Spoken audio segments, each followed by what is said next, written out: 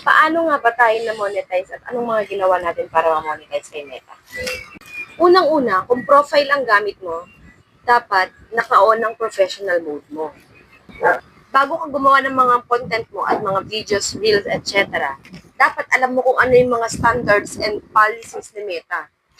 Kasi karamihan sa mga content creator ngayon ay hindi nila alam yun kaya marami silang violations and issues sa kanilang mga account. Kaya dapat alam mo rin yun.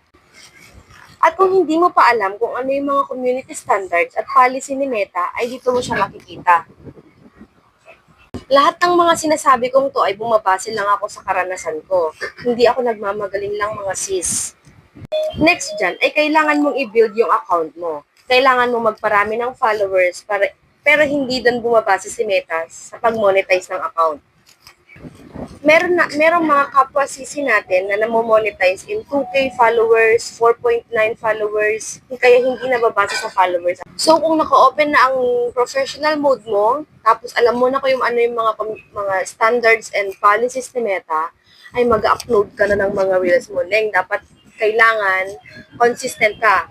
2 to 3 videos or kung kaya mo 3 to 5 videos a day, tapos consistent yung time ng pag-upload mo. Kunyari, parang sa akin, umaga, tanghali, gabi. Sa umaga, nag-upload ako ng 7 a.m. to 8 a.m. Hindi na ako lalagpas doon. Tapos sa tanghali, 12 to 1 p.m. Tapos hindi na ako lalagpas doon. Tapos sa hapon, mga 4 to 5 p.m. nag-upload ako. Pero pag lumagpas na ng 4 to 5 p.m., hindi na ako nag-upload. Kasi para consistent pa rin yung time, alam ni Meta kung anong oras ka nag-upload ka, learn. At isa pa mga mate, dapat yung caption mo ay engaging. Dahil parang, ano kaya yung content nito, girl? Ano kaya yung nilalaman ng video na to? Ganon. Dapat engaging yung content mo. Yung mapapaisip sila, ano kaya tong video niya na to? Para panoorin nila yung video mo. Tapos, kailangan mo rin ng hashtag. Hindi mo pwedeng kalimutan ng hashtag. Dapat yung hashtag din. Kasi may bagong update si Meta ngayon na dapat relevant ang caption mo at ang hashtag mo sa video na upload. Kasi magiging spammy content na yun, Neng. Hindi pwede yun. At isa pa pala sa mga problema ng mga sisi ngayon ang makopyright sa music. Yun din.